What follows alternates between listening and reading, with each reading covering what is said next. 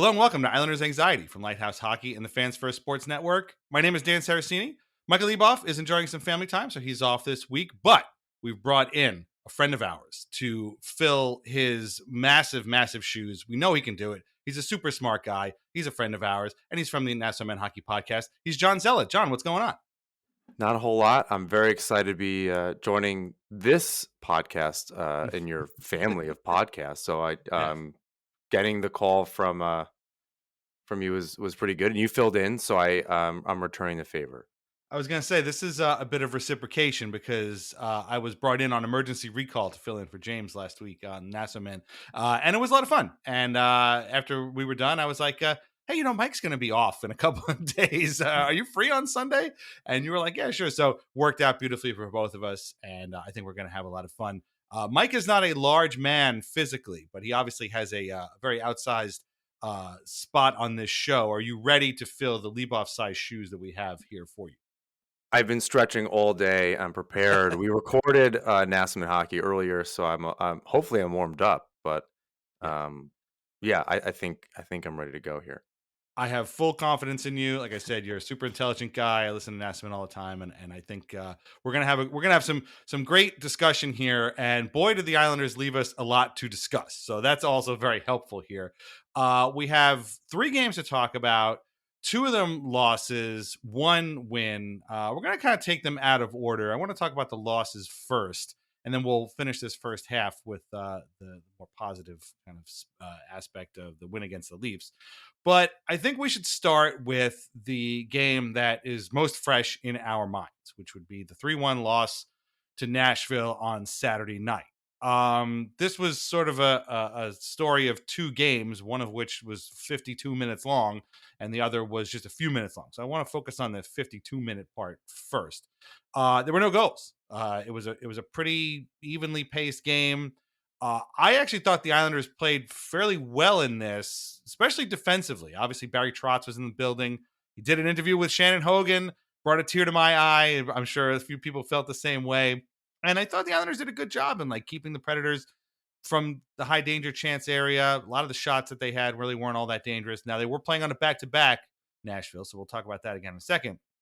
But with exactly 8 minutes to go on the clock, J.G. Pageau tips a Noah Dobson shot into the net, makes it, the first goal of the game. Looked like the Islanders were going to be in control. We're going to talk about the disaster that would happen later on, but I want to get your opinion. What did you think of this first 52 minutes? Because again, I thought they played really well. And, compared to the way they normally have played lately, this was a pretty buttoned up defensive game plan for the Islanders. And it was really a throwback to the Trotz hockey that we all got used to over the last couple of years. Am I crazy, or did you kind of get that same sense? I think they got nervous in front of Trotz, and they said they had to step up. It's our old boss in the building. They may have been more afraid of Trotz than they have been of Lamoriello all season. Right. But I agree. This was on the heels of the Leafs game. You could sit there and isolate those 52 minutes and say, oh, wow, they carried that emotion, right? It wasn't, you weren't looking at necessarily a letdown game following that matchup, yet we know what happens kind of afterwards. So yeah, overall, I mean, Dobson continuing to get points, 5 points in 2 games, with that. And yeah, the team overall plays well. It definitely harkens back to Trotz era defense. And yeah, a rare complete game within, relatively short period of time, not necessarily the Leafs game, but within recent memory, there was the Arizona game, which I don't know that it's all that impressive. The Capitals game to me was great. Yes. Not just because I happened to be there, but it was a complete game. You and I spoke about that on my show. And so you're strangely seeing them put together these more of a full game effort, and they're not I don't know what the language use is on this show. I've heard some beeps before, but they haven't shit their pants. It's been much better. You say they play like assholes. I'll add my own thing. It's just they sometimes just full diaper by the end of the game, and you're just you don't understand how it happens. But lately it's not consistent enough, but full efforts, and this was another example. It's just they just couldn't finish it out. Well, they would eventually shit their pants, so you definitely weren't wrong. But this first 52 minutes of this time, they managed to hold it in. That's good. So, We're really um, just taking this analogy all the way. Okay. no, but I I mean, love it it. works. Like, you see the playing like assholes thing kind of catch on, and again, I thought even in the third period, I didn't think this team played like assholes. The Predators had like a 7-0 shot advantage at one point. They ended up kind of taking over the lead in shots, but I don't think that many of those shots were all that dangerous. And in fact, the two most dangerous scoring chances in that period both came from the Islanders. It was Palmieri and then Barzell. So like I thought they were okay. Again, they normally wouldn't. I would be the first to be like these guys are playing like assholes, but I didn't see that in that game until they scored that goal. And this is where we get to the other part of this game. So the Islanders are up 1-0 with 8 minutes to go. Told my wife, I'm like, it took 52 minutes to get a goal in this game, and they have it, but there's still a lot of time left on the clock. Of course, famous last words. About a minute later, Palmieri takes a needless tripling penalty. He fell, and the guy tripped over his ankles or whatever, and got called for it. And they were 4 seconds, the Islanders were, from killing off this all important game changing penalty when Luke Evangelista, the guy who got tripped and caused the penalty, scores. And so you're just like, oh, come on. All right. So it's 1-1 with about 4 minutes left. And you're like, well, all right, listen, they played a pretty good road game. It's tied. That's not completely out of, crazy. If they could just get to overtime, we have learned to love the loser point this year. Been the Islanders' calling card, and hey, maybe they get a win in overtime. That'd be fine too. Alas, this was not meant to happen, and unfortunately, the goat of this game was going to be a guy who I think we all care about very much, Matt Martin. Turns out he had two shifts in the final 2 minutes of the game. Why, we have no idea. And in the final minute, he had two turnovers, one center ice, sort of in the red line area between the red line and the blue line. Went right to Nashville. They said go right into the Islander zone. While they're in the Islander zone, Martin has a chance to clear the puck down the ice, opts to try some sort of cross ice pass. No one is there. Ends up on the stick of Alexander Carrier, who takes a shot, bounces off of Scott Mayfield's stick. Might have broken the stick, I don't remember. Puck flips up in the air over Ilya Sorokin's head and in with 7.8 seconds left. And that was your game. Juuso Parssinen scored an empty net goal with 5 seconds left or whatever. And as somebody pointed out in the Lighthouse Hockey comment section, how hilarious is it that the Islanders still, halfway through the season, do not have an empty net goal for themselves, but the Predators, with 5 seconds left on the clock, managed to get an empty net goal against the Islanders. It was 5 seconds. They got one. And the Islanders still haven't had one. And all of a sudden, in the span of, 10 seconds or whatever, 30 seconds, a pretty good game got completely flushed down the toilet because Matt Martin was on the ice with a minute to go and turned the puck over twice, and that was that. What was your feeling at the time watching this garbage unfold? Because I know how I was feeling. I'm curious to see how you were feeling. It's like beyond disappointment, I Yeah. think, at this point. And it's Mm. hard to put into words because we should Yeah. expect it by now. So, Right. you start again that first 52 minutes, if you isolate that and you start thinking, okay, they're putting some things together here, whether it's in front of Trotz or, whatever. And then the last 7 or 8 minutes, and then the bad, Matt Martin again. You've said it, we've said it. Um, why Mm. those decisions are being made, like actively bad decisions, and then the players go out there and Matt Martin makes a bad pass like that. It's interesting. I'll say this: it's interesting that at all levels you see the same mistakes happen. Right. And whether you're watching college or the PWHL or whatever, you could see that Matt Martin play a million times. And like that's happened in Pee Wees. They'll now that they have video, but they would have explained it. They would have set it up and said, this is where you don't Mm. make the pass. And Lambert's not learning. I just don't understand it. I don't know Yeah. how you deploy these players. I imagine it's a little bit of pride. Mm. Lambert puts them in the lineup. You have to play them because they're the identity line. Right. And if there's something that I'm most excited about after the season is moving away from that. As upsetting Mm. as it's going to be, and Beauvillier not being here and Bailey not being here, and then the potential and frankly hope that Martin and Clutterbuck won't, and Mm, moving away from the reliance on that and the crutch that it is, it's just not working. Like it's obvious. And then right. something like that happens, and you go, Lane, what's up? And he had some like really ridiculous quote Mm. afterwards. That wasn't. I was trying to find. Oh, He he was tried like, to "Oh, go it's a through the middle of cardinal the sin." ice. It's a. Yeah. Yeah, dude. Everyone Yeah. would have like you're. Everyone would have said that. You're an Yeah. NHL coach. The Mm. idea, and I think maybe you and I spoke about it, or I can't remember if I was listening. Hmm. It's so Clutterbuck did a similar thing not Yes. long ago, and but Barzell sits the last 5 minutes. Right. Make it make sense. Yeah. Yeah, I'm glad you brought up the Clutterbuck thing because that was the first thing that actually came to my mind was like deja vu for the same line but with a different guy, and that was the Cal Clutterbuck play against Colorado. Could have just simply sent the puck into the Colorado zone and killed another 10 seconds or whatever. Instead, tries to pass. It gets picked off the other way. You guys all remember it ends up scoring chance, didn't go in, penalty. Islanders losing overtime on the penalty kill. Like or on a power play goal. And it's just like why are these veteran guys? And that's the thing too is like we keep hearing about how old the Islanders are. Like, oh, this is an old team. They've been around. They're so old. First of all, they're not as old as a lot of people make them out to be. But like, if you're going to be an old team, I would expect stuff like this to not happen.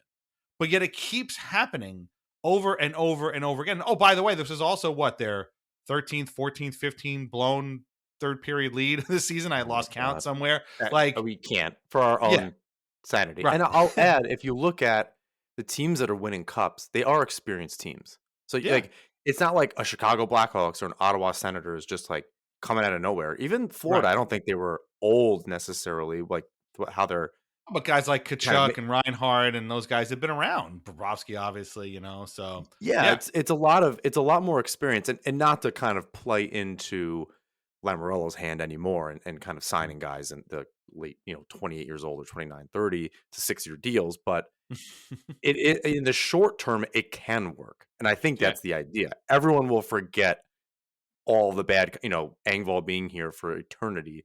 If Mm, they're raising a cup in 2 years, it right. becomes irrelevant. Um, Even for as short of a memory as hockey fans can have, I, Mm. I think Long Island would hold on to that one pretty good. So I don't think people would care. The problem is, as you said, 12, 13 times.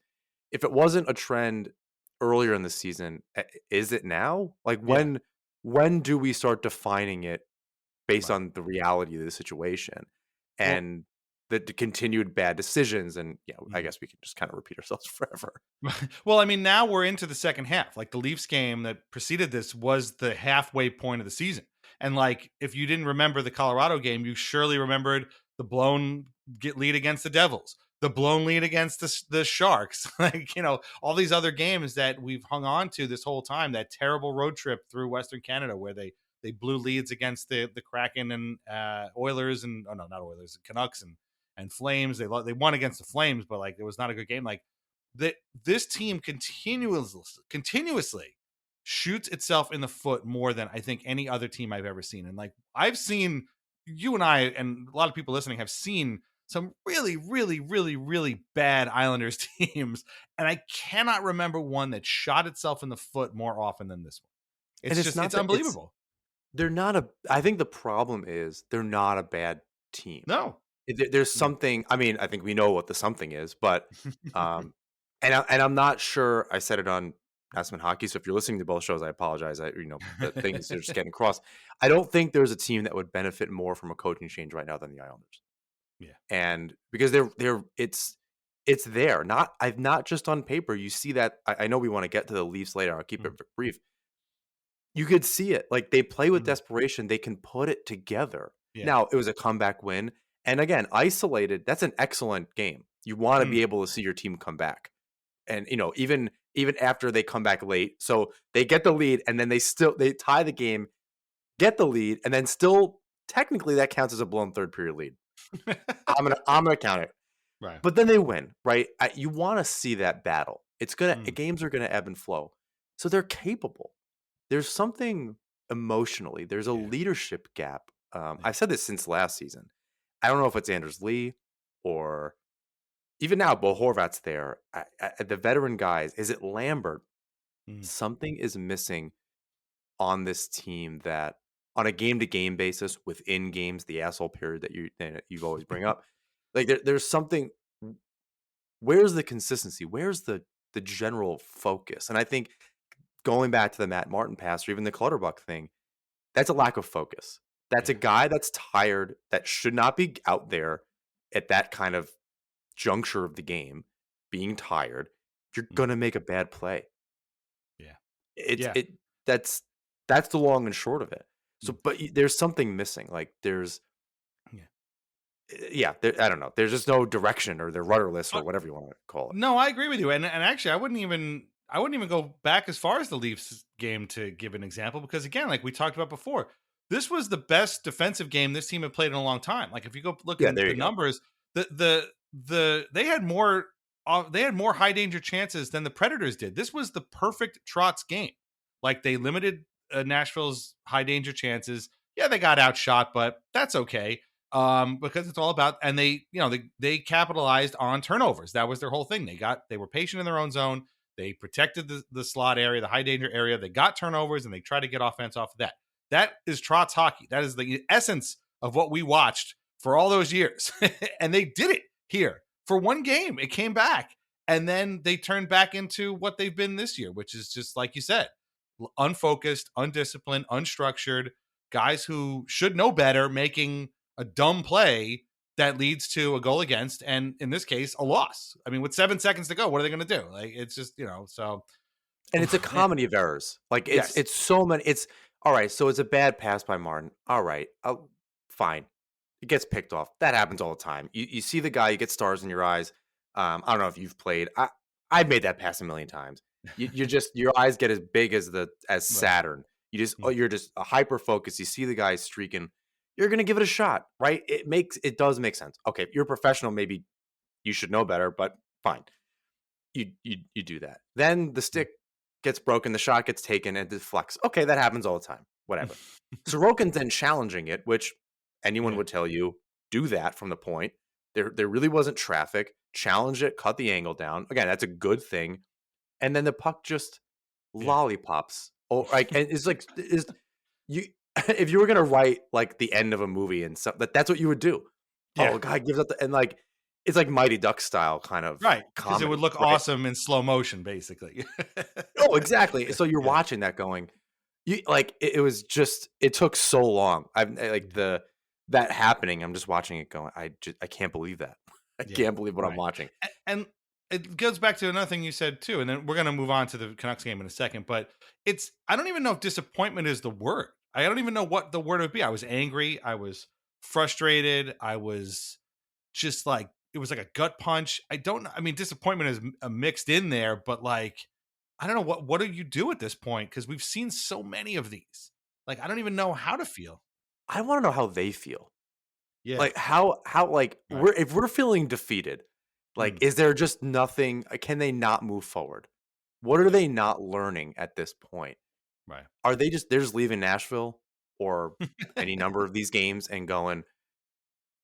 Are the quotes actually representative, or are they just giving political answers? Yeah, that's a good question. I don't know because Lee and Palmieri were both like, giving sort of like, oh, we didn't get the bounces answers, dude. You Oh, didn't get the bounces. Like your coach had guys out there that aren't going to get the bounce. Like you play in a way that creates bounces that are going to go against you. I don't understand why this is so difficult. yeah, they need I don't expect to be, the cameras go in the locker room and Mm. Lambert and Lee are just throwing trash cans around, but I wanna see them mad. I wanna Yeah, see them play like there's a fire kind of missing on a regular basis yeah, that it comes up and they did it for largely for 52 minutes, and that was just a good game. I don't know that I would say it was mm, a fire. It was a good mm, game. Against the Leafs, they just, like something yeah, comes out of them, and right, they're not able to harness that, and at this point in the season, especially that they've, fallen from grace or whatever you wanna say, mm. they should be playing with much more desperation. This should Seriously, be a yeah, team that they're doing like they're blocking shots like I'm not with their face, but like any means necessary. Like everyone's right, just trying to chip in, and you're not really seeing that, and especially yeah. not shift to shift. And now, a word from our sponsors. First is VintageIceHockey.com, where you can get t-shirts, hoodies, jerseys, mugs, and more featuring over 100 classic hockey logos. Vintage Ice Hockey also carries our Al Arbor and The Island merch, and our portion of the sales always go directly to the Center for Dementia Research.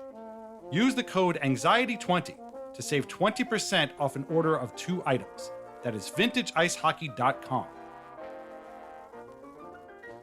Try wines from the Pinot Project. They offer a Rosé, a Pinot Grigio, and a Pinot Noir that was named a 2022 Top 100 Best Buy by Wine Enthusiast magazine.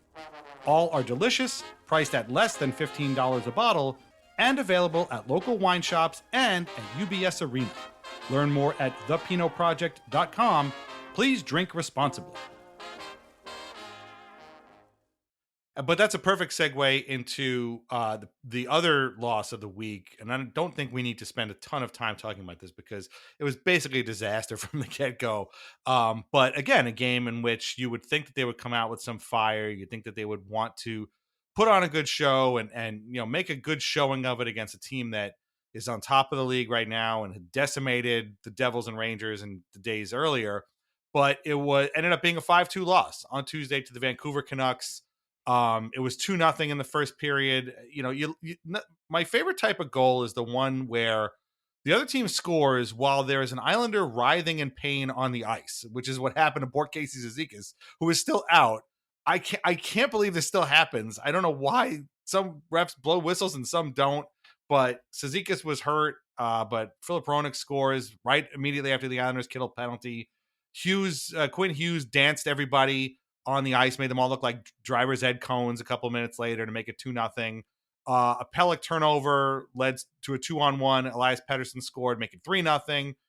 Barzell passed to Palmieri, who had a beautiful backhand pass across the crease to Nelson to make it 3-1 on the power play, which was like, okay, now we got something cooking. But then the Islanders just completely got dummied. And Tyler Myers blasts one past Sorokin. Come on, Tyler Myers, we're giving up goals to now? Seriously?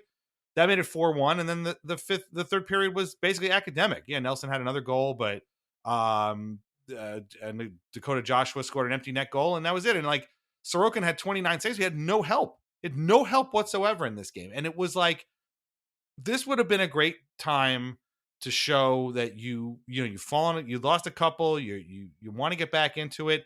I'm not even saying they even had to win the game. Like, just don't get blown out. Don't get dummied by this team that, frankly, is dummying everybody. So, I mean, good on them. This is the fourth time in 52 years the Canucks have been good. So, like, okay, but come out and, like, play a good game. Try and win. You're at home for the first time in a week or so. But it was just more undisciplined garbage. Like, I just don't understand what's going on. It's like, and this is, again, getting back to what you were just saying. How do these guys talk to each other after the game? Like, man, what are you going to do? You were down 3-0. The game was basically over. Like, I don't understand why not put on a show for your home fans. Show that, like, no, we're still in this thing and try and get a win, obviously. But like, this was just, it was mind boggling to me. The way they just were like, meh, I don't really care. What? Yeah, what are you doing? And this is a team I think we got really used to over a number of years, them playing up to opponents and frankly down to others. And that was definitely. kind of the maddening part of it all. Yes. Now, I think, I've mentioned this on my show, and maybe it was even with you. I think the good and bad news is they're losing to all types of teams, right? The Canucks can come to town and go, they're a good team. Right. You lose to that team, fine. They're cooking right now. I think the upcoming, I know we'll get to the really busy week ahead. The Jets, that's a good team. They can just get goalied. Like, and as good as Sorokin, even they can lose 1-0 and both teams can goalie. And you go, okay. But like, they're not even losing gracefully. And not that maybe that's the wrong word, but they're not losing like, oh, that was a good game. Tough loss. Right. Like I can brush that off, right? It's just like you said, they're getting dummied by the Canucks. Then they're losing to really bad teams, or it's way too close of a game for comfort for other ones. And I made the comparison with the defense. It doesn't matter who's in the lineup; they're playing the same way. That could be good or bad. It means that there's a system problem, and you kind of take that. Then again, you can get on a big long tangent there. But with the Canucks, there's a part of me that was, yeah, okay, it's a good team. Their Mm. goaltending, I don't understand. I don't know how you Yeah. lose to Casey DeSmith. They also just lost to Jari um, Right. twice, which is weird. Yeah. There was Oh, another and Penguins. There was another yeah. Penguins goalie too. That we Oh, also just lost to. it was Nedeljkovic, Alex Nedeljkovic. They lost Yeah, to in that I'm just second game. all, Right. all of these just we Yeah. we used to just kill these goalies, and Yeah. now they're impenetrable. They're like the Wayne Gretzky 3D hockey brick wall. Like what is this? Right. We should also mention that the Canucks, like the Predators, were on a back-to-back. They had now they played the Rangers the Oh night god. before they came in, so it kind of doesn't count. But still, like again, this is we got away from this under Trotz, which was nice, but we're back into the mode where teams on the back-to-back playing the Islanders will look like the fresher team, even though the Islanders have been sitting for a couple of days. Like that was the Nashville thing too. Like you guys have had 2 days off, like or a day off. What are you doing? Like, why aren't you just running these guys out of their own building? I don't understand. But again, maybe it's a leadership thing. I don't know. Maybe it's a desire thing. I don't know what it is. But this is twice in the same week where they lost in regulation for kind of the same reason. Yeah, it's hard to figure out when it's in on its own, and you can say that was just a better team beat us, Mm, and when it's they played poorly. yeah. Right, you can lose a game or the other team can win, right? Mm, Those are not necessarily the same thing, right. and it often feels like they're losing the games, right? They're just giving them Yes. away, or Yes. even in the East, they're just they're getting the extra point, but Mm, they're giving the other one away, and then they're going to get to the wild card race in the end, and you can probably mm, add up a ton of points that yes, that they gained the loser point, but why they're even in that position is probably because they gave away the other point most of the yeah. time to teams around them, Right. and Oh, 100. they're never doing themselves any favor. So it's hard to tell sometimes. Like, is it just a better team coming in? The Penguins Yeah. games, those were not better teams coming in, No. right? This Right. maybe they're a good team. Mm, Sometimes it happens. Fine. mm. I just can't tell anymore. Yeah. It's true. It's true. Yeah, no, I mean, again, the Canucks are very good this year and good for them, but like the Islanders could have beaten them. And the Predators certainly aren't a better team than the Islanders. They're about the same, I would say. I mean, one has Philip Forsberg, one has Matt Barzell, one has Ryan O'Reilly, one has Bo Horvat. Like, I think there's a lot of comparables there. One has Roman Yossi, one has Noah Dobson. Like, so I think that was a pretty even game, and it was certainly on the scoreboard for a long time until the Islanders decided they were just going to give the Predators the game, and it just then they lost. So, okay, let's talk about a game though that had all of the elements that you and I have been talking were missing from the Canucks and Predators game, and that was the 4-3 overtime win over the Leafs. I have to confess, I did not watch the game. I was not at home. I was in Red Bank watching my daughter on stage and Finding Nemo Jr. She played every sea creature except a seagull. She was a turtle. She was a shark. She was a bunch of other fish, and she also had a featured role as Bloat, the puffer fish in the Tank Gang, originally voiced by Brad Garrett. And I would put her performance up against the multiple-time Emmy winner Brad Garrett any day. Anyway, I did not watch the game, but I was kind of keeping tabs. My group chat kept me up to date on everything. And like you said, I mean, it was a good game. Like, yeah, Palmieri scored early on the power play, but then Bobby McMahon tied it. They left Austin Matthews open twice, and it goes 3-1 Leafs, and it's like, this is asshole time. Now we're playing like assholes. This was the one game where, well, I guess that's I should say that they played like assholes for the entire game against the Canucks, but this was asshole time. You don't leave Austin Matthews open. The guy's got a million goals. Please don't do that. But after the second one, Alex Romanov comes and he gets a quick response. Beautiful goal by Romanov. Oh my god, that And was sick. That was a it great was goal. awesome, right? And so all of a sudden the Islanders woke up, and Bo Horvat tipped a power play goal in with 6 minutes left. They played really well in the third period, I thought, all together when I watched it later on. And then in overtime, we've all watched this a million times now. This is one of the most fantastic overtime goals we've seen anybody for the Islanders score in a long time, and the opponent made it much better. Great pass by Sorokin, literally just lays it on the stick of Barzell, who backhands it in at speed on the side of the net, and it just kind of sneaks in just inside the far post, and the Islanders win. Barzell goes crazy. It was off a Leafs icing too, which made it even better because how many times does that happen to the Islanders? And like this was a good game. Dobson and Barzell both had 4 points. Again, it's okay to let to have the other team kind of like they're going to score goals, especially when it's Austin Matthews. It's going to happen. But like to basically be like, no, we're not gonna let this game slip away. Come back, play better, get back into it, tie it, and then win in overtime. Shows that, like you said, this team has what it takes. It can do these things when it wants to. It's just that so far, 42 games into the season, I think we can probably count on one hand the times that they've wanted to. And both times, two of those times were against the Leafs. That's number one. They haven't played the Rangers yet, so I bet they get one or two also. But these instances are few and far between. Were you by any chance at this Leafs game? I wasn't. Mhm. I was at that Caps game. I happened to be Yeah. down on Long Island, but I was back in Syracuse. I was bartending on Friday night, Oh, and so oh wow. I had the game on, and I didn't watch it intently, but I think what I actually didn't mention on my own show today. So exclusive Mm. content from me on only for this show is I thought what gave me some hope was following the game, they had changed the lines. Zizekas is out. They changed Yes. the lines Right. quite a bit. Wallstrom was So then, back in. Yeah. yeah, so then they win the game, right? Barzell still gets 4 points. Everyone's Mm. like plays well by and large. Um, Excellent look from Dobson um, to Barzell. Like that's how you want Mm. to end it. They get up for that game, and you're like, all right, maybe it was a line change. Like maybe Mm. that's the thing. And it that like it gave me a little too much hope. So Yeah. the next game was just such a letdown Mm. when that it's just like not the thing. Yeah. And that was the bigger takeaway, unfortunately, from this positive thing Mm. that that didn't necessarily work. Now, Sadiq I think is still very more than serviceable, Yes. but however, they managed to kind of put this roster, the lineup together. Wallstrom's back in. You just want him so badly to, whether it's to just raise his own profile and just be good for Yeah. the Islanders or become an asset to then trade. And you just want him to do well so badly Yeah. one way or another. But yeah, and then with the lineup changes, Pajot kind of looking more natural in that like further down in the bottom six.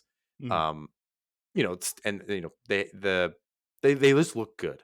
But in this game, you want to see that. Like I said, they fought back. You wish they could carry that kind of emotion all the time. They can't. This has the and I saw some of this from Leafs folks that this is the Islanders Stanley Cup, and that's actually the worst thing you can say. Like Right. that is that's I'm the most offended about that because Yeah. it's true. When the Islanders are now 4-5-1 in their Mm. last 10, they're not even picking up the loser points anymore. Right. This is it. This is like for the last week. This was the monumental thing now, and it was on ESPN, which is wonderful. Mm. But that this can't be it. Yeah. So like as good as it was just immediately erased. Yeah. No, I agree, and that is a fairly hurtful thing. Although it feels better than beating the Leafs, so too bad. But yeah, this is what I don't understand. It's like it's in there. It was in there against the Predators. It's in there against the Leafs. It was in there in some of these other games. Like it was in there against the Coyotes for some reason. It was in there against the Avalanche, which is weird because they lost both games. But like it was sort of in there. They wanted to kind of get in there. Oh, it's in against the Hurricanes. They try. They haven't gotten blown out by the Hurricanes, but like they lost a couple, and they really show up for those and try, and even though the matchup is not great, they try and really take those games. I think they try against the Bruins, although they are severely overmatched. Um, but these instances are few and far between, and you can't exist on this. And as great as that win was, and as cool as it was to the visual of Barzell scoring in overtime and the Leafs kind of leaving. Tavares had no points, by the way, which is even better in that game after the whole thing. Our friends at Skates at the Stakes made a good point. Ryan said in that game, in that podcast, that we might be on the other side of the curve now on the Tavares hatred. Like, after the whole 1,000 point incident and everything, I think it's kind of hard to maybe come back to those levels. It's still a lot of booing, which I like to hear, but it might not be quite what it used to be. And I think that's probably fair. But if this is the Islanders Stanley Cup and these are the only games they're going to get up for, they're in for a long rest of the season because they have one game against the Leafs coming up on February 5th, and then that's it. And then it's a lot of kind of other Atlantic Division teams. They have a swing out in California as well. We're going to talk about their upcoming swing here too. But we do have a report from the game immediately following the win against the Leafs, and it is from our own Michael Leboff, who was on the scene and left this message. So let me toss it to Mike, and we can hear how he was feeling after the euphoric win against the Leafs, not knowing what was on the other side against the Predators. So here's that clip right now. Hello. I am obviously not sitting in on this podcast because I'm off to Mexico. By the time you listen to this, hopefully I'm already in Mexico. But I needed to say something after that Leafs game. I was there. It was incredible. Um, it was maybe uh, the most surprising win of the season, not because it was like a huge upset or anything, but because I woke up on Thursday morning and already felt the post-loss depression from the game, if that makes any sense. And it was funny. Our dear listener and friend Tristan Peck from over in England was here for the Canucks and Maple Leafs game, and his wife, myself, and him met up for a cup of coffee on Thursday afternoon, a few hours before the Leafs game, and um, I really did not think that this team was going to win that game, and I didn't want to show my hand that I felt that way, because obviously Tristan has just made a heck of a trip over to see the Islanders, which I think is a an astonishing thing that people do. And we talked about how he went to the Canucks game, and I was actually kind of glad that he got to experience an Islanders loss, because I think it's great going overseas and seeing your team win, and that's great. But it's also good to get that vitriolic loss experience too, and hearing people from the middle of Long Island cursing the coach and all that stuff, and that's a great experience. So I was happy he saw it, but at the same time, you didn't want to send him home empty-handed. And um, you go to that Leafs game, I really did not feel good about it. But during the time that we were having the coffee, he was just explaining his journey and the reason why he's an Islander fan, and hearing him talk about that and the things like the kind of the checklist he was looking for in a hockey team. You're looking for a team, an underdog with a good community feel to it, a smaller team that with a rabid fan base and all that stuff. It kind of it like kind of just awoke my fandom up from a little bit of a slumber, a little bit of malaise after the game against Vancouver and the game against Vegas. And as I was walking to my car in the parking lot off of Old Country Road, um, right by we went to the Paris Baguette on Old Country Road, right by the malls, and him and his wife said they were going to go to Thomas's Ham and Eggery uh, in Carl Place, which I thought was a great spot to kind of get the some good Americana before they went home. But as I was walking to my car, I I started to try to convince myself out of the doldrums of this losing streak and the team not playing well, the injuries, the coach looking a little lost again, all the negativity that was kind of surrounding the team, and we all were predicting another January swoon coming up here. And when you went to the game, you could feel that even in the air. Like the Islanders were down 1-1. I saw a friend in the concourse, and we are like, it's hard not to be down on this team right now. The Islanders go down 3-1 within the first couple minutes of couple seconds really of the second, and you can start to hear the murmurs around the building. And then they woke up. I couldn't believe it. I could not believe that team found a way to fight back from that 3-1 deficit, because they just don't seem to do that, and they didn't really seem to have that in their locker in their current form. And then the win and hearing Barzell talk about the 4 point, him having 4 points, Dobson having 4 points. Mitch Marner talking about how people were doubting Dobson, and almost like he was Noah's teammate. It was very strange. Marner's post game quote, but yeah, it was a good win to remind you. Some wins, the wins come in all different shapes and sizes, and they leave you with different feelings. But this was a win that really remind you why we do it because obviously right after the win we got to spit in some faces uh, the greatest villains of the Islanders right now, whether it's Paul Bissonnette or people who work for TSN or Sportsnet or whatever, and it was a good time. And yeah, I hope that as soon as Barzell scored, and you heard the music coming on, Maxine Nightingale come on. I was just thinking about how happy I was that Tristan's trip. Now he goes home with that, and like he was already an Islander fan for life, but now he gets to go home and talk to people in England and be like, mate, you think this is crazy? You should see these Islander fans. What a game that was. So yeah, I just wanted to get that stuff off my chest before handing it back over to you, Dan and John. So thank you for steering the ship while I am south of the border, and I will talk to you soon. Thank you, Mike. That's a great message. Shout out to Tristan and his wife for coming all the way over across the Atlantic and watching a great Islanders win. It is funny, though, when I think about Mike giving this message and then think about what happened on Saturday in Nashville. I can't help but laugh because I know he's probably got some feelings about that.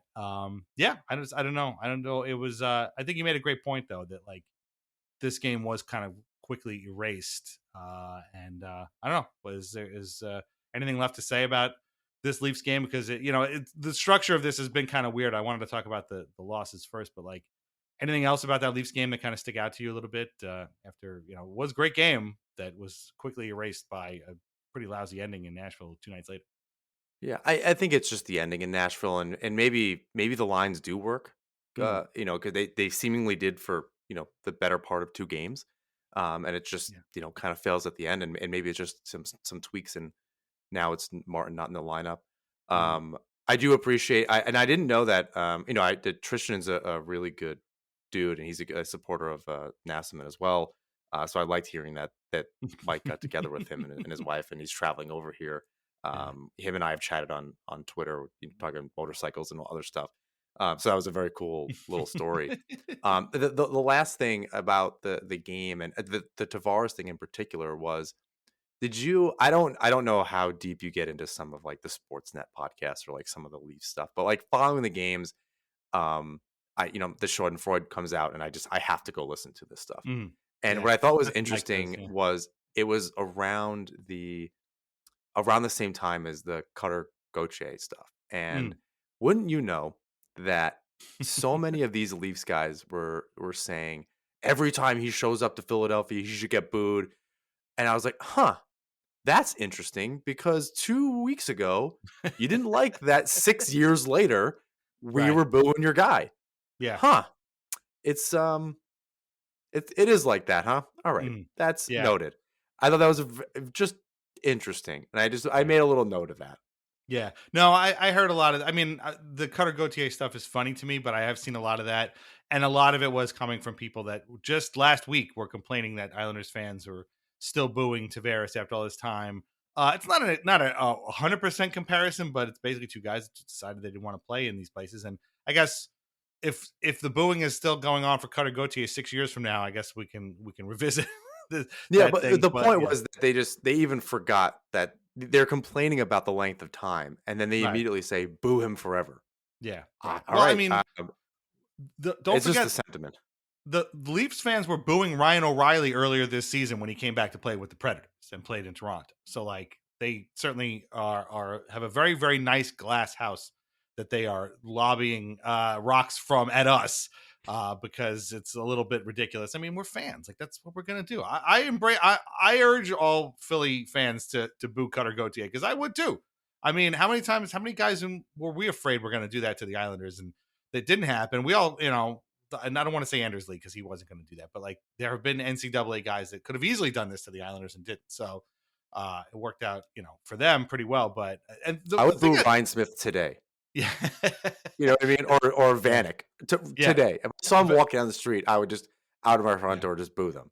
Vanek for sure, definitely. But like the thing that gets me too is like what bothers me the most is that Gauthier is like, oh, it's a personal decision. Well, it's not personal now, dude. You got to tell us, like it's just that doesn't really work that way. That to me bothers me. But it's funny that these things happen, and like the thing about hockey, the hockey world, is that this becomes a topic. Like it becomes a thing, and everybody's got to kind of jump in on it. Mike and I were talking about this when it comes to like retired numbers on our last mailbag episode.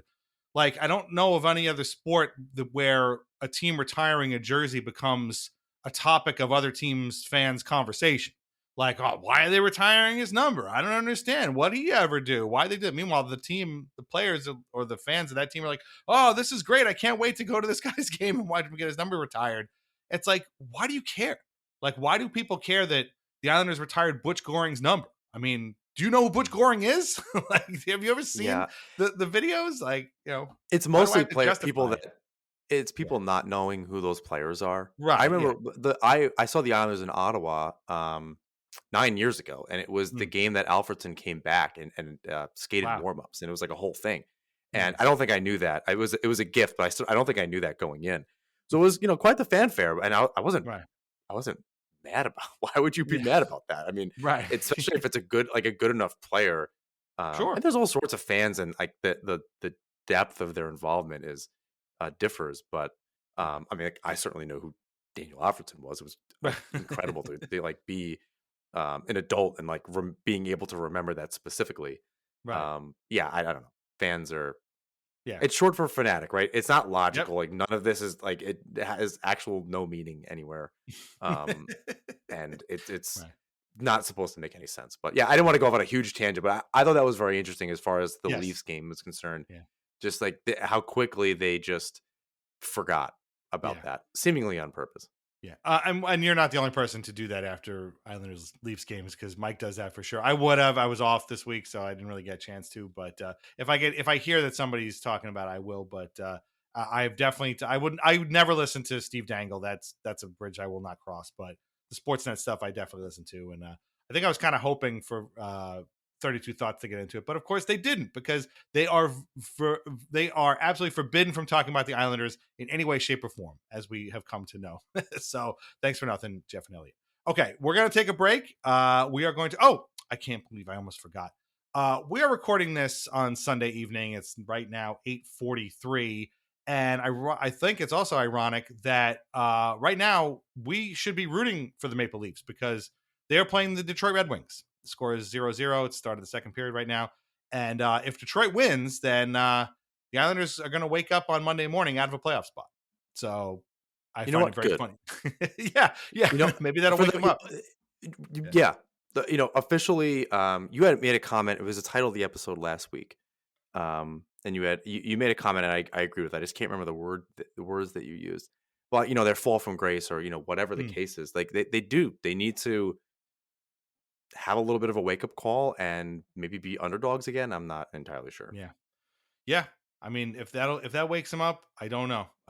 It might, but their playoff spot had been hanging on by a thread for the last few weeks. So maybe this is the kind of thing they need. But we'll have to keep an eye on that. Maybe by the time we end this, the game is over or somebody's scored. But we'll have to see. Okay, we are going to take a break. We're going to come back and we're going to talk about the next slate of games, which is a lot and seems pretty scary, if you ask me. And there's a lot going on in these games here too. So meet us on the other side. Thanks. So the Islanders have 4 games this week. It's been a while since we've talked about that, but 3 of them are on the road. They are in Minnesota on Monday, the day you're probably listening to this. That's a 6:00 start. So if you're listening to this in the morning, be ready. It's a 6:00 start because it's Martin Luther King Day. So there's like hockey going on all day. So the Islanders and Wild get that weird 6:00 spot.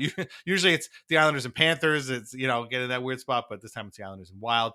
One night later on Tuesday, they are in Winnipeg. And then on Friday, they are in Chicago to face the Blackhawks. We'll talk about the Blackhawks in a minute. Let's focus on these first 2 games real quick. The Wild are in bad shape. They had another closed door meeting earlier this week, which the Islanders have not had despite their troubles. They are currently the 7th in the they're way deep in the Western Conference right now. They're 2-7-1 in their last 10. The change to John Hines had a little bit of a jolt, but at 17-20-5 right now, 39 points. They're about 10 points behind the first wildcard team, which is Nashville right now. So things aren't going good. That's the good news. The bad news is that the Islanders never win in Minnesota. Never. Don't look that up because I'm sure it's not right, but it certainly feels like they don't ever win in Minnesota. They have won in Winnipeg, but this version of the Winnipeg Jets is the best team in the league this year. It's very strange. The Flyers did just win there the other day, so beating the Jets is possible. They're not some kind of crazy super team, but it's definitely not going to be easy. Winnipeg is a tough place to play, especially on a back-to-back, especially coming from a place again you have struggled for years. When you look at these two games, John, what do you think?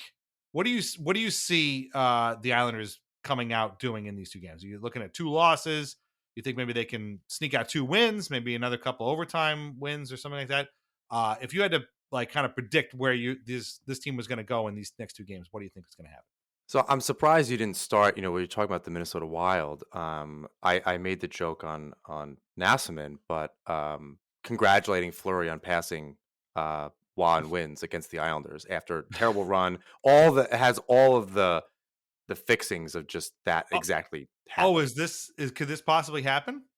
That's this game. I think he's still tied with him. So No. it was Yeah. that's it. So Yeah. you just chalk that one up. Yeah. More serious. I mean, that of course will happen, but trying to think somewhat differently. Maybe there's a different universe where it doesn't, and we're living in it. I think with these two games, it's interesting. You do have a team in the Wild that's struggling. You have a team with the Jets that are just cooking. I think is Scheifele out? Somebody's out. One of the bigger players is out, which could help the Islanders.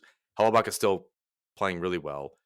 Scheifele and Kyle Connor are both out actually. So yeah, so that could help. I mean, I don't know how long they've been out, and if they've won games in between, but that could work in the Islanders' favor.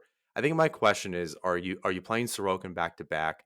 Are you trying to get him rest before the All-Star break? I was looking at the schedule with James, and Ken Appleby has to get in here at some point. I think my bigger concern about this team is you saw Sorokin burn out by the end of last season in the playoffs. Now Carolina just steamrolled the Islanders. That wasn't even close. And I think Sorokin played well, but you could kind of just tell he was getting tired. I think 62 games is too many. He's gonna hit that anyway, I think. But I was looking at the rest, so I wonder how they play this. I think there are some strategies that you put your better goalie in for the game you think you could win, and that might be the Wild game, or they just give Ken Appleby a little bit of a softball and play him against the Wild. And all right, he's like, all right, kid, you're going to play the Wild, you're going to play the Blackhawks, and the Canadians, right? And we're going to try to get Sorokin some rest here and there, for some of these bigger games that are really important. Or do you do the opposite and try to just, all right, we got to get these points. We can't leave Minnesota, Chicago, and Montreal without 6 points. So those that's kind of my big question. Who's playing in net, and maybe look at so many teams have just had Guy play goal and play well. Ken Appleby is Islanders Guy. We know who he is, mainly just because he's been around, but we could kind of use Guy to just get a few points here and there. So there's a part of me that's preparing for that, just surprise. This week there's is it maybe 5 of 8? Is that or right? Is the math on that right? Yeah, they could obviously the Wild is a winnable game. The Blackhawks are a winnable game. They got to steal a point maybe from the Stars or the Jets. And just play well. I think it's just building momentum. They haven't had points in consecutive games in almost a month. They haven't won 2 games in a row in a few weeks.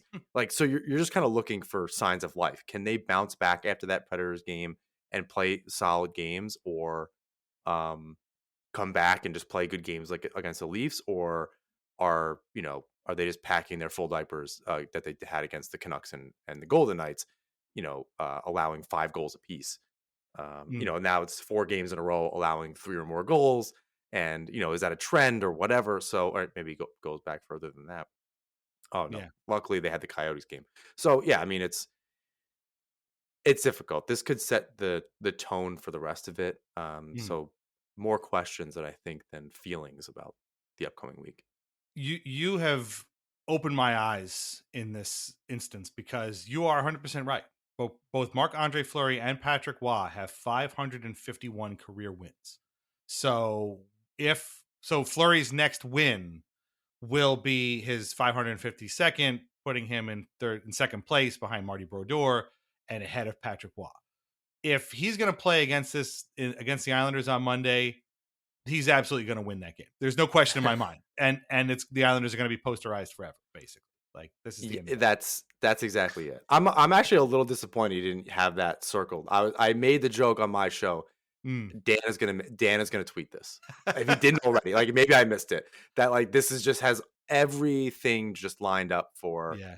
I love posterized forever. It's just that's the game that's gonna get at the Hockey Hall of Fame induction ceremony. It's gonna be the 3-0 win, the Wild got another empty net goal, and a beautiful glove save on a pass from Horvat from Barzal on the power play. And just like he's Rich Pilon, just on a statue forever. Well, he's going to be like shaking his hand and glove in the air, and they're going to be like piling off the bench to hug him and stuff. And the Islanders are going to be like, hanging their heads, skating off the ice, just lamely like, oh, I guess we lost again. This is 100% going to happen. And if it doesn't happen, I will be shocked. Like I really, I mean, I guess there's a chance that I don't know what the Wild schedule is like, but I suppose they could play their backup goalie, I guess Gustafsson is actually back. But it's a matinee game or a 6:00 game on Martin Luther King Day. There's a lot of eyes on it, and that's absolutely going to happen. And honestly, the Islanders probably should play Ken Appleby in that game just to get it over. Now that you make me think about it, and then have Sorokin go against the Jets the next night. It's I don't know, it's frustrating and demoralizing and depressing and also quite hilarious that you and I are both thinking the same thing. Like, oh man, this is absolutely going to happen. Because I mean, I didn't think, what's funny is like, I didn't think about the Tavares 1,000th point thing before that game either. Like I knew of it. I heard about it. Oh, he's 2 points, because what I wanted to see was him leave with no points and, just absolutely getting wrecked. I never, people are like, oh, I'm glad he did it at UBS against the Islanders. No, I didn't want to see that. I wanted him to be disappointed. I wanted him to do against the Rangers. This way I can say like, well, at least you're doing something for us again. Like that would be very helpful. In this case, I guess I'm more prepared for it, knowing that this is possibly going to happen. So what stinks about Fleury is that he's so likable. Like on top, like he's going to do it against the Islanders, and you like, what do you hate the guy? Like, no, he's wonderful. He's a good I still kind of hate the personality. guy. I still hate him. I still remember the when he was with the Penguins, though, laughing on the bench after Brent Johnson punched Rick DiPietro. So that Okay, you're going a little further back. Yeah, my image of Marc-Andre Fleury is always that.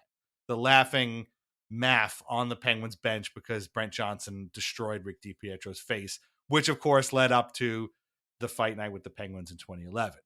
So I get what you're saying. I don't begrudge people that like Fleury, but I'm already annoyed by this. Like I'm already literally angry about this before it happened. So if it happens, you heard it here first. If it doesn't happen, know that I am feeling a great sigh of relief, and that would mean that the Islanders won, which means they're probably going to lose in Winnipeg a night later, which I guess would make more sense. Like that's kind of a schedule loss, but like if you can, if they lose the Jets, hopefully it's in overtime and they can get a point out of it. The Jets are very good. They are missing a couple of guys right now, but I mean, as long as Connor Hellebuck is there and Josh Manson is still back there, they're still pretty good. Nick Ehlers always plays well against the Islanders, so they have a formidable team, and I don't mind the Jets. I actually like the Jets. But the Blackhawks game though on Friday, that's the one where you got to get points because this team stinks. They stink on hot ice. Their prized rookie is out with a broken jaw for a long time. I don't even know who's on this team. All I know is that they are in the bottom of the standings, as they should be. I think they're also won 2 out of their last 10, maybe, or 1 out of their last 10, something like that. You cannot leave Chicago without 2 points. Like, I'm sorry, you have to. And at that point, I don't even know what the standings are going to look like, but those are points you need to take. And if it's another situation where somebody makes a dumb play late in the game and they end up losing a point, or God forbid, losing both points and losing the game in regulation, we're going to get back to the how is this guy still employed kind of feeling. I mean, we felt that way 3 or 4 times already this season, but like you have to take points there. What do you look at when you see, it's 2 days in between Winnipeg and Chicago? I mean, is there any other way to look at this game other than please take these 2 points? Yeah, you got to step in and just really quickly on Lambert that you alluded to. If it doesn't happen before or during the All-Star break, it's not happening until after the season if it does at all. Right. And I think it's not going to happen until those one or two of those moments, or again, third option, never, which would be Yeah. horrible. But yeah, I think you go into Chicago and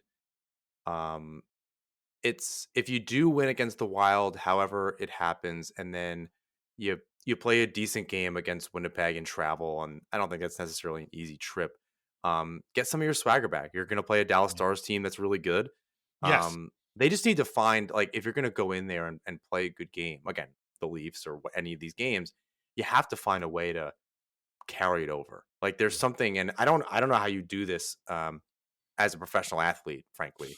Like, this I know that, like, I feel good one game and I play it the next week. So like I of course I lose it.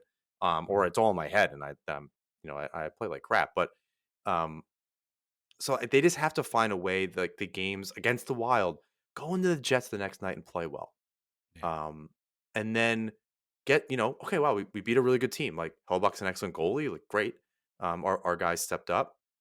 Appleby, great. I don't know if it's his first NHL game, but certainly like he's not played 10 yet. So young guy, I think he inexperienced, had win one win. game with the Devils. I think Appleby did, but I'm not sure. Yeah, yeah. Win one for the kid. Go out there and do it, and maybe he gets another one with the Blackhawks. Yeah. And play well in front of them. There's just no reason to, out of those 3 games, you walk away with 4 points. Right. I don't like being at this point in the season, kind of going back to Barzell's comment in the offseason where I kind of want to more definitively make the playoffs. I don't like that this is where we are. And that's what makes I me agree. Yeah. upset that the team isn't more upset by now. Like, after your star player, your all-star, in fact, saying this and then simply not doing it. Yeah. I don't know. It seems like I don't expect them to be in first place by any means, but they shouldn't be in the race like this. Yeah. Well, and again, it goes back to what we were saying before and what we've been saying on this show and what you guys have been saying on your show and what every Islanders fan has been saying for the entire season. They're here because they keep giving away points and making dumb mistakes. Like they don't have to be here.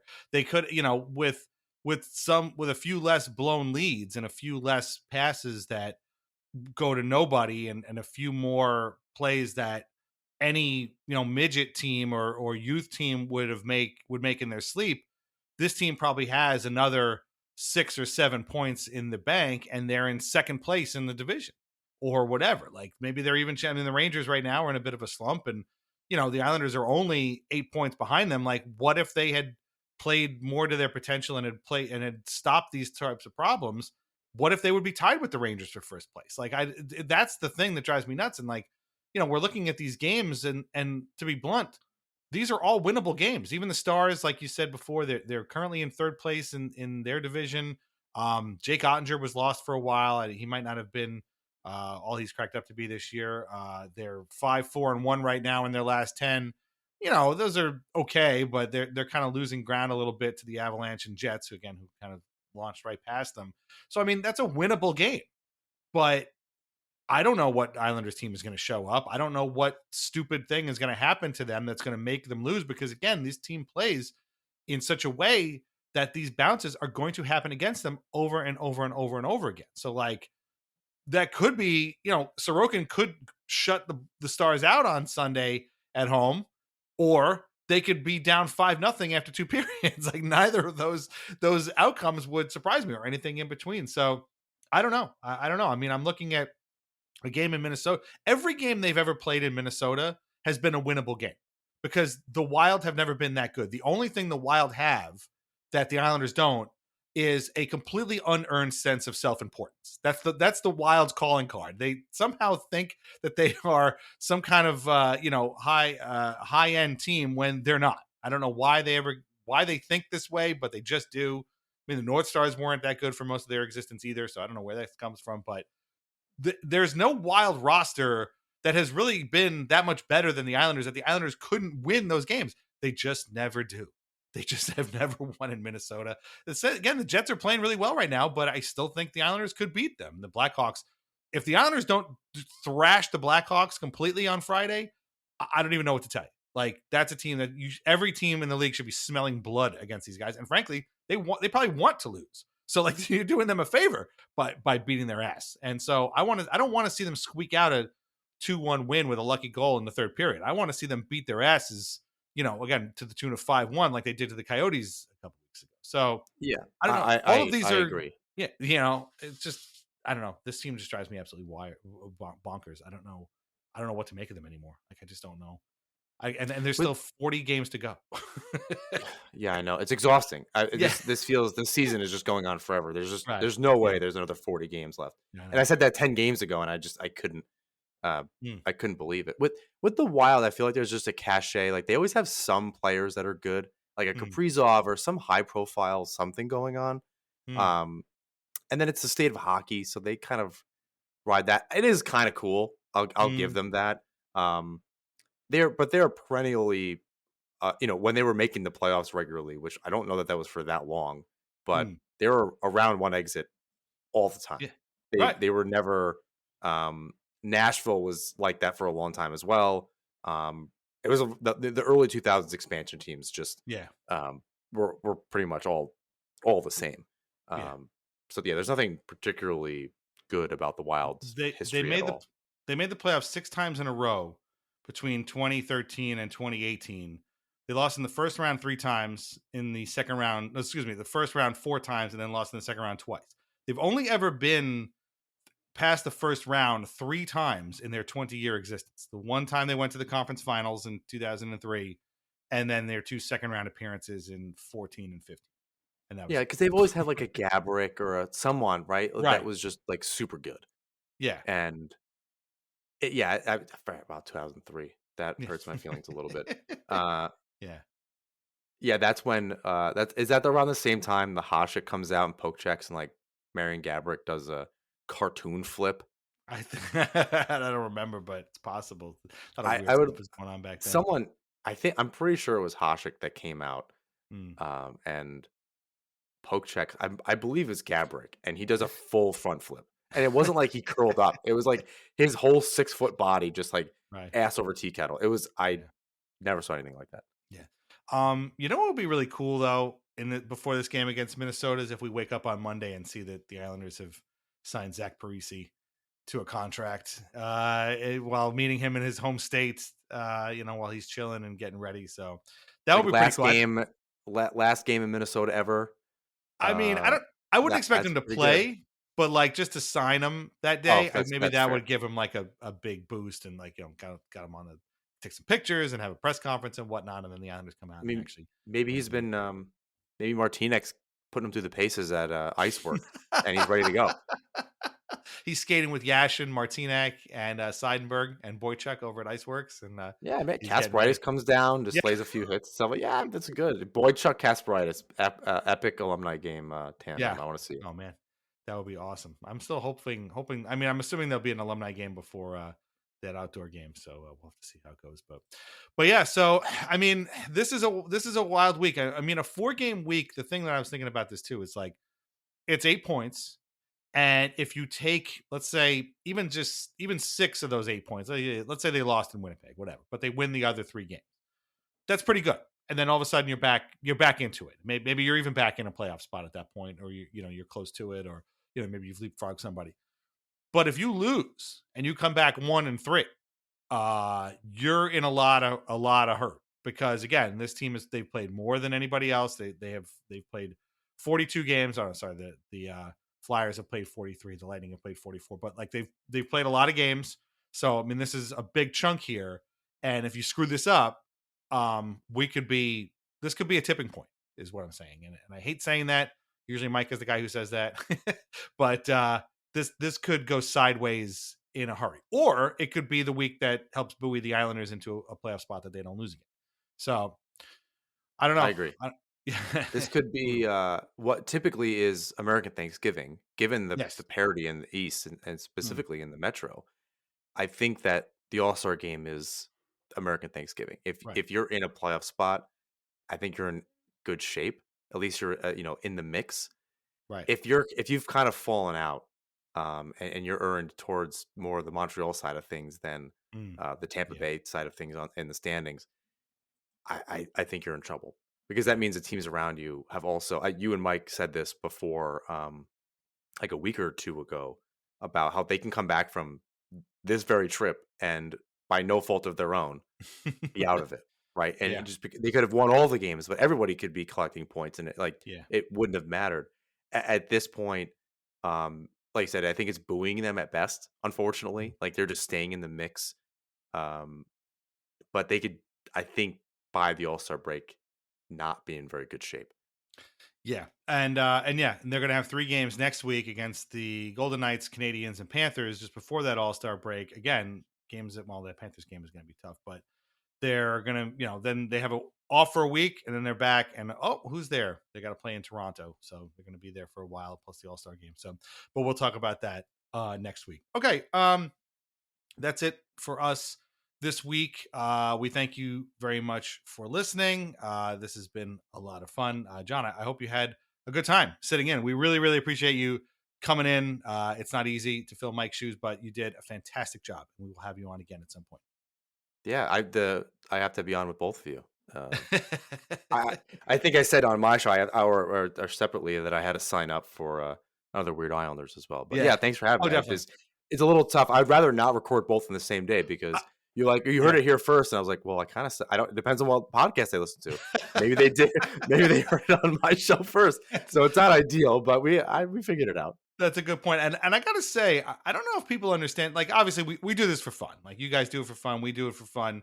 Every podcast out there does it for fun. But it's not easy recording 2 podcasts in one day. Mike and I have done that. We've done some Country Club Atmosphere episodes after recording regular episodes, and man, by the time you're done, your mouth hurts, your brain is mush, like you don't know what you said first or when. So I applaud you because this was not easy to do, and so I thank you so much. I don't think we knew. I mean, I didn't know because you didn't let me know, but I didn't know that you were also recording Nassaumen today. So I really do appreciate you coming on again Yeah, of and giving course. me James's schedule is a little right. crazy, and then you hopped on last week because he was looking at a house, Mm, and then his schedule with the Devils and being at games and different things. So right.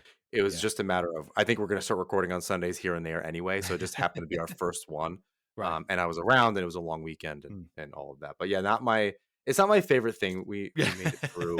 I made sure again, it was some things were unavoidable, and we Right. have a good rather I felt like I had a good point. I wanted to make Mm. sure I shared it wherever it was going to be. Yeah. No one's making $1 million off this stuff, so you may as No, well no, just get it definitely. out. And there's Yeah. probably a lot of crossover here. Oh yeah, definitely. Tristan in But particular, and I know a bunch of other people. yeah. Well, you left it all out on the ice. Which is all we can ever ask, and you did a great And job. So and if the Islanders aren't going to do it, at least we can, right? Someone has to. Somebody has to. that's right. Who but us, right? Who but us in this world of the New York Islanders is going to leave it out on the ice because yeah, that team sometimes they do. Sometimes, a lot of times they don't, but we really appreciate it. And not that everybody hasn't and doesn't already listen to it. I'm sure they're all going right there to listen or came right from there to listen to us. Let everybody know where they can find Nassaumen Hockey Podcast. At Nassaumen Hockey, pretty much everywhere. YouTube, Twitter, not so much on Threads. I mean, we exist there. I try to keep up on it, Facebook and everything. And you can follow me at Jon Zella with no H on Twitter. And you all definitely should. I like to listen to you guys on YouTube. I find it very convenient. So I got you. I'm subscribed to you, so it comes right up when a new episode comes up, and I appreciate it. And you guys do the video thing, which we never do, and I don't like to do, but I did it for your show, and I appreciated it, and I got to show off my GI Joe collection, my autographs, and all that kind of stuff. So check out that episode too if you haven't listened to it. We had a great talk there. A couple of things real quick before we sign off. We are having an episode of Weird Islanders, the podcast, come out this Friday. It is an absolutely fantastic episode. It's about a player who is completely insane, and you're going to be like, oh my God, I completely forgot he was an Islander. But it contains a revelation so absurd, so mind-boggling, so incredible. Please, I'm telling you, do not listen to it while driving, while operating heavy machinery, while caring for small children. be sitting down and taking this episode in, because after this episode, your conception of several current teams in the NHL is going to change. It's crazy. I'll tell you off air what the revelation is, but it's crazy. It's absurd. It's insane. And it all comes out on Friday. Weird Islanders, the podcast. Check it out. As I mentioned before, the Islanders play the Dallas Stars on Sunday next week. So Mike and I won't record on Sunday. We're going to record our next episode on Monday, which will come out, on Tuesday. So don't blame us. Blame the Islanders. And that's just how it's going to be. If it was a day game, we would record that night, but it's not. So we're going to have to push it to Monday.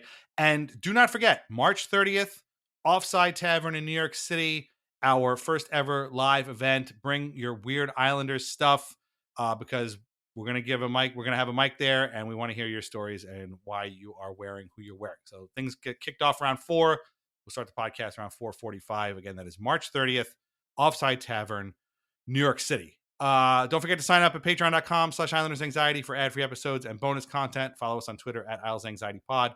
Leave us a review on Apple Podcasts and Spotify. Our theme song is Morning Haze by Family Dinner. Listen to more of their music at Bandcamp and Spotify. Read Lighthouse Hockey every single day. We are part of the Fans First Sports Network. Learn more at fansfirstsports.com. Shop vintageIceHockey.com. Try wines from the Pinot Project. Follow Mike at the Big Lebowski, even though you guys are already doing that. But anyway, Jon Zella, any final thoughts on the week that was, the week coming up, or anything else that's on your mind in this day of mad podcasting for you? I think I said it all. Islanders, they really just need to find some consistency here before the All-Star break, and maybe we get our boy Appleby a couple games here. I was going to say, any words of encouragement for young Ken Appleby, who may or may not be making his first Islanders start this week? At least if you're not going to be a regular Islanders goalie, give us a good story for Weird Islanders in the future, right? If you're just going to have a cup of coffee here, at least make it interesting. That's fantastic. I couldn't have said it better myself. You're either win the game or be a great Weird Islander. Doesn't get any better than that. Thank you, John. That was awesome. And thank you all for listening. And we'll be back next week. We're recording on Monday, so it won't come out on Sunday, but we'll be back next week. Take care, and we'll talk to you later. Bye-bye.